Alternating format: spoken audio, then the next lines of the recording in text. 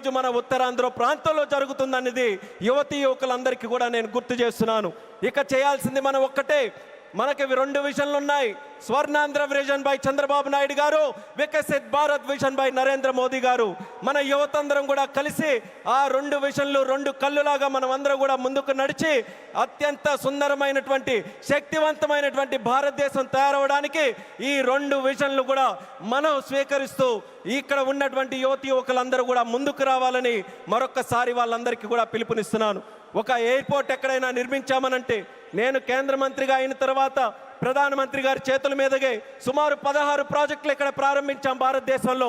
కానీ ఏ airport project కూడా ఇంత ఘనంగా 2-3 లక్షల మంది ప్రజల తాలూకా ఆశీర్వాదం మధ్యలో ఇది ఏదో ఒక రాష్ట్ర పండుగ అంటున్నారు. ఇది కేవలం రాష్ట్ర పండుగ కాదు, ఉత్తరాంధ్రలో ఉన్నటువంటి ప్రతి ఇంటి పండుగ ఈరోజు ఈ విమానాశ్రయ ప్రారంభోత్సవ కార్యక్రమం, అందరి గుండెల్లో ఉన్నటువంటి కార్యక్రమం. అటువంటి కార్యక్రమానికి మనం నిజమైన అర్థం ఈరోజు సాకారం చేశాం. అర్థమనంటే భవ్యమైనటువంటి ఒక బిల్డింగ్ కట్టడమే కాదు, దానికి చరిత్ర గుర్తుండిపోయేలా మన్యం వీరుడు అల్లూరి సీతారామరాజు గారి పేరు పెట్టడం, ఇది ఒక చరిత్ర అనేది కూడా తెలియజేసుకుంటున్నాను. అడవుల్లో ఎక్కడో వినేటటువంటి పేరు, అడవుల్లో వినేవాళ్ళం అల్లూరి సీతారామరాజు అని. అలాంటి ఆ పేరుని ప్రపంచం మొత్తం మారుమోగుతుంది. అమెరికా వెళ్ళినా, ఆస్ట్రేలియా వెళ్ళినా ఎక్కడికి వెళ్తున్నారనంటే అల్లూరి సీతారామరాజు గారి తాలూకా గడ్డ విమానాశ్రయానికి మేము వెళ్తున్నామని మన యాత్రికులందరూ కూడా గర్వంగా చెప్పుకునే స్థాయిలో ఈరోజు ఆ పేరును కూడా మన నరేంద్ర మోదీ గారి తాలూకా అధ్యక్షన కేంద్ర ప్రభుత్వం అంగీకరించి ఈరోజు పెట్టింది.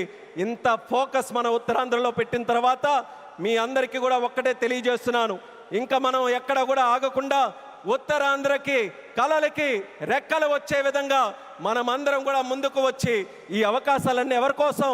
ఇవి రాజకీయ అవకాశాలు కాదు, ప్రజల కోసం, యువత కోసం పెట్టినటువంటి అవకాశాలు. ఆ అవకాశాలని మనం అందిపుచ్చుకొని ప్రపంచంలో ఏ ఏ ప్రాంతాల గురించి మనం మాట్లాడతాం, ఇది ఎలా డెవలప్ అయింది, అది అలా డెవలప్ అయిందని బాధ్యత మనం తీసుకుందాం. నాయకులుగా వాళ్ళ తాలూకా నిర్ణయాలను మనకి చెప్పారు, వాళ్ళ మాట నిలబెట్టుకున్నారు, అభివృద్ధి ఇక్కడికి తీసుకొని వచ్చారు. ఇక పని చేయాల్సింది మనం ఆత్మవిశ్వాసంతో ముందుకు వెళ్ళి ఈరోజు వచ్చినటువంటి అవకాశాలని సద్వినియోగం చేసుకొని ఉత్తరాంధ్రని ఉత్తమాంధ్రగా తయారు చేద్దామని ఇక్కడ ఉన్నటువంటి యువతి యువకులందరికీ కూడా పిలుపునిస్తున్నాను. అలాగే మన आदरणीय माननीय प्रधानमंत्री जी, आपको फिर से मैं भोगापुरम और उत्तरांध्र प्रांत को क्षेत्र को स्वागत करता हूं। मैं इतना इमोशनल हूं आज क्योंकि मैं भी इसी प्रांत से आता हूं। काफ़ी समय से हम सुनते आ रहे, मेरे बचपन से सुनते आ रहे, यहाँ कोई किसी के लिए अवसर नहीं है। उत्तरांध्र से लोग बाहर जाते रहते हैं काम के लिए, पर आपने वादा निभाया। आपके मार्गदर्शन में, हमारे चंद्रबाबू जी के मार्गदर्शन में यहाँ पे जो इम्पॉसिबल लगता था वो आज पॉसिबल करके दिखाया।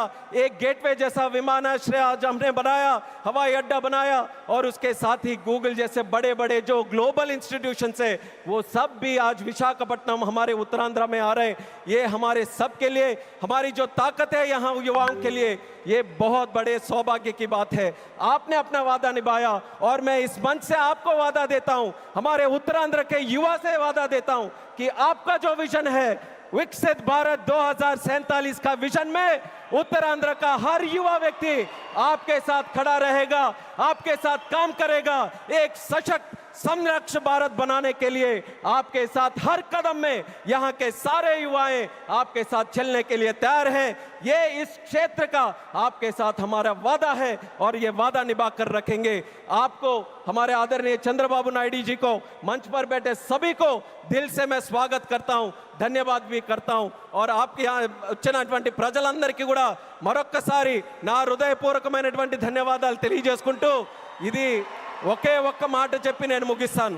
భోగాపురం ఎయిర్పోర్ట్ ఈరోజు మనందరికీ కూడా చాలా గర్వంగా ఉంది, కానీ చరిత్రలో ఎప్పుడు కూడా నిలిచిపోయి ఉండాలి, గుర్తు కూడా పెట్టుకోవాలి.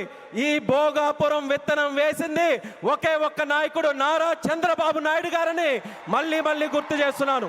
2014లో విభజించిన ఆంధ్రప్రదేశ్కి ఆయన ముఖ్యమంత్రి అయితే ఆయన ఈ ఉత్తరాంధ్ర ప్రాంతానికి గ్రోత్ ఇంజన్గా తయారు చేయాలనంటే ఇక్కడ విమానాశ్రయం పెట్టాలని మొట్టమొదటిగా ఆయన ఇచ్చేస్తే ఆ రోజు ఉత్తరాంధ్ర బిడ్డగా కేంద్ర మంత్రిగా అశోక్ గజపతిరాజు గారు ఉన్నారు, ప్రధానమంత్రిగా నరేంద్ర మోదీ గారే ఉన్నారు. ఆ రోజు ప్రారంభించాం. మళ్ళీ యాదృచ్ఛికమో దైవ నిర్ణయమో ప్రజా సంకల్పమో మళ్ళీ చంద్రబాబు నాయుడు గారు ముఖ్యమంత్రిగా ఉన్నప్పుడు నరేంద్ర మోదీ గారి చేతుల మీదుగా ప్రధానమంత్రిగా ఉంటూ మళ్ళీ ఉత్తరాంధ్ర బిడ్డగా ఈ రామ్మోహన్ నాయుడు కేంద్ర మంత్రిగా ఉన్నప్పుడు ఇది జరిగిందనంటే ప్రజల తాలూకా విశ్వాసం ఈ కూటమి ప్రభుత్వం మీద ఎంత బలంగా ఉందో ఈ విమానాశ్రయం దానికి ప్రతీక అనేది మళ్ళీ తెలియజేసుకుంటూ ఈ అవకాశం కల్పించిన ప్రతి ఒక్కరికి మరొక్కసారి నా తండ్రి గారు మరి స్వర్గీయ కింజరాపు ఎర్రనాయుడు గారికి కూడా ఈ వేదిక ద్వారా నమస్కరించుకుంటూ పెద్దలందరికీ కూడా నా తాలూకా ధన్యవాదాలు తెలియజేస్తూ ఇంత చక్కనైనటువంటి కార్యక్రమం ఏర్పాటు చేయడానికి దింసా నృత్యం చేసినటువంటి వాళ్ళకి అందరికీ కూడా మరొకసారి నా హృదయపూర్వక ధన్యవాదాలు తెలియజేస్తూ సెలవు తీసుకుంటున్నాను. జై హింద్, జై భారత్, జై ఉత్తరాంధ్ర.